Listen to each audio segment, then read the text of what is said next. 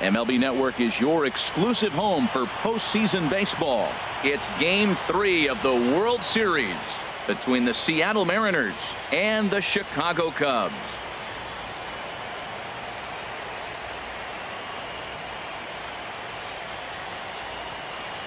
Hi again, everybody. Matt Vasgersian. Welcome to the World Series here on MLB Network.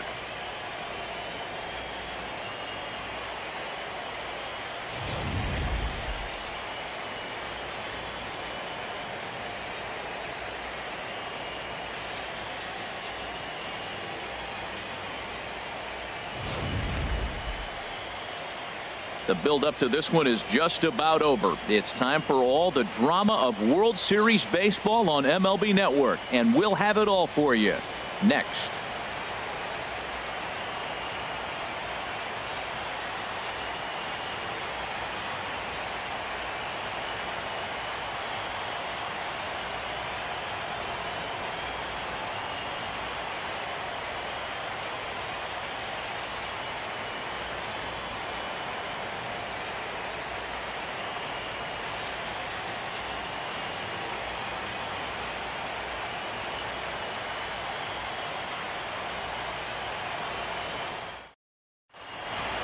The crowd is ready to erupt as their guys get set to take the field. Let's join public address announcer Mike Carlucci.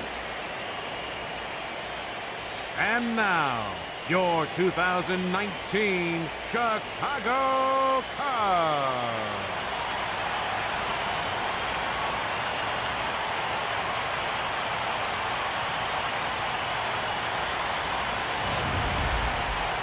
Quickly now, we'll look at the two guys who'll get the ball here in Game 3.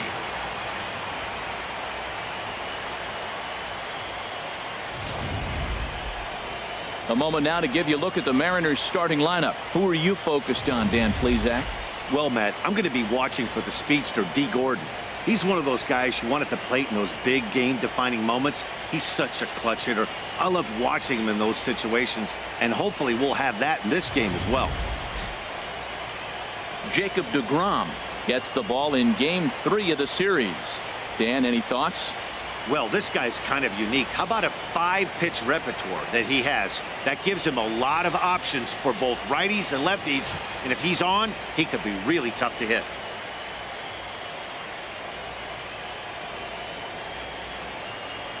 Let's take a look at the Cubbies defensively, brought to you by Majestic. And behind the plate is Salvador Perez. He's one of the bigger catchers in the league. He stands about 6'4", 6'5", and took a lot of foul balls through the years off that face mask in his chest. Even changed how he was catching the ball. But I love him back there. Catch and throw and gun people down. Here's D. Gordon now. And we are set for baseball here this evening. Leading off tonight for Seattle, second baseman, D. Gordon. Trying to bunt his way on to open the ball game, but he misses it for strike one.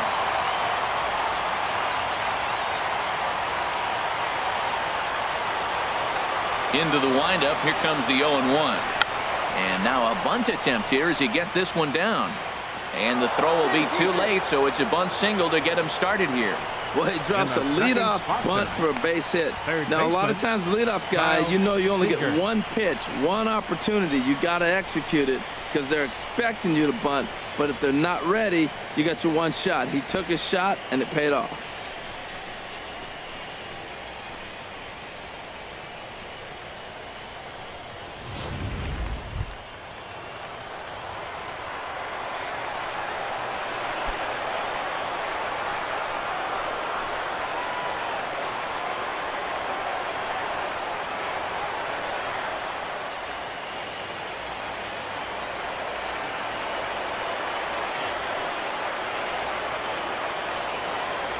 Here comes the first pitch. Runner goes for second. High in the air out to center field. Trout has a read on it. He's got it one away. And he will scurry back to first as he'll think twice about trying to move up. Batting third, center fielder number 24, Ken Griffey Jr.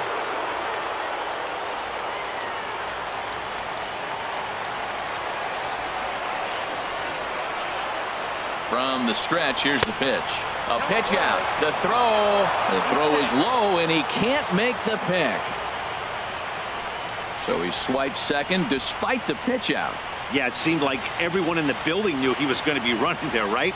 Didn't make a difference, though. He got a great jump and absolutely burned it down to second to get in safely. 1-0 count. Here it is. Hard hit ball to second. Oh, and this deflects right off him. And the run will score as the Mariners get off to a 1-0 lead. Ben Zobrist is off the bench now as he'll take over at second following the injury. Playing second base, number 18, Ben Giancarlo Stanton now. First shot for him here with a runner at first now and one away. Batting fourth, right fielder, Giancarlo Stanton. Ready to deliver. Here's the first pitch. Hard ground ball to third.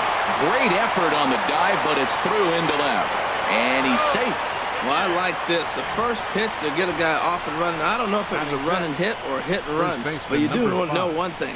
He's going to try to throw a strike. And if you got a guy who can put the ball in play, this is a great play for you.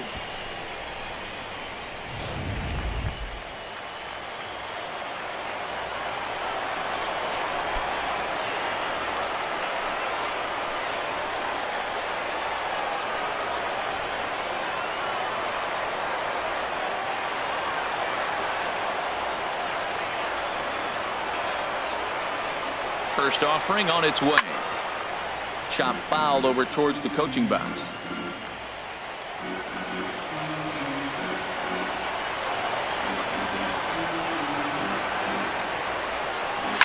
Right side. And that's by him into right field for a base hit. And the runner scores from third as they extend their lead. It's a 2-0 ball game. Well, sometimes with the runner in scoring position, you just have to put the ball in play. Right here, he gets one into the hole, drives in the run, making contact. It pays off.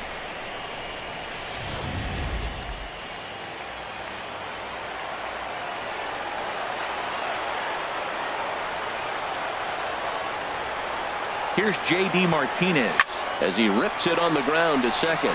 Simmons back to Rizzo, and they get out of it here. A double play to retire the side. 4 to 6 to 3. They roll it up to get out of the jam. Don't touch that remote. More on MLB Network right after this.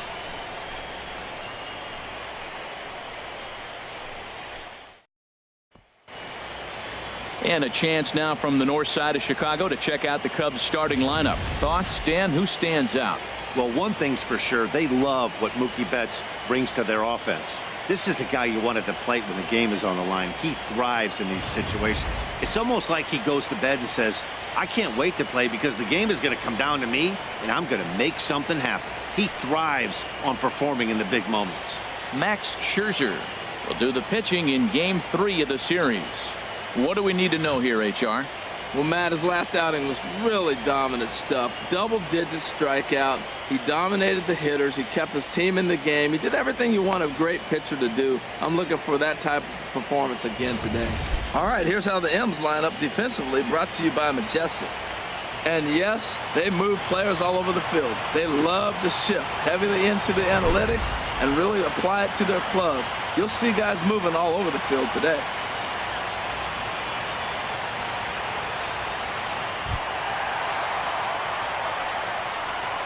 Leading off for the Cubs, right fielder, Mookie Betts.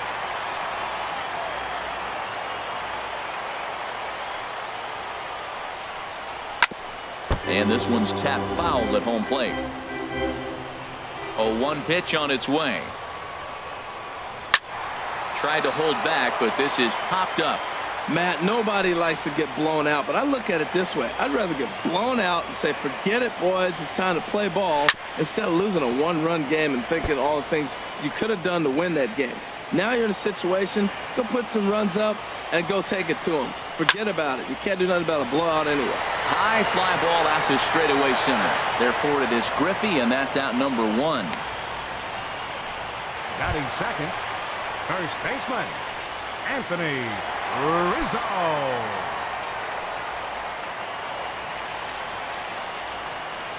Into the windup and the pitch. Takes a knee-high fastball. And set up behind the dish is Eric Summersgill as you see the rest of the umpiring crew there. Summersgill's a little notorious for having a wide zone. Really frustrating for hitters. I saw one guy turn around at him one day and yell, "Is this a picnic table or is it a plate?" Yeah, he was talked before he finished the sentence. Oh, the old CNI base hit. The changeup's down. The batter goes down to get it and still finds a hole to put it through. Good pitch, better hitting.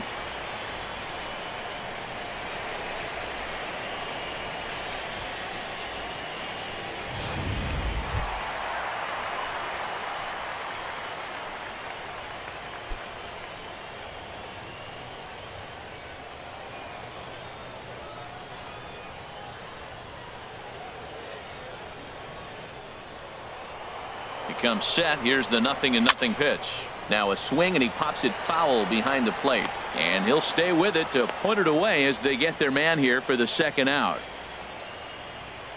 And with 2 away, let's give you one more look at the pads these two teams took to get to this game 3 of the World Series. Into the box, Chris Bryant. He takes his first cuts in this one with a man at first and 2 away. First offering on its way. Lays off 1-0. That's that controversial pitch right there. It's in the zone, should be called a strike by the book, but it's not a strike in baseball, not in the big leagues anyway. Contreras is under it, and that's the 3rd out. 1 left for the Cubs. They're still down. It's 2-0.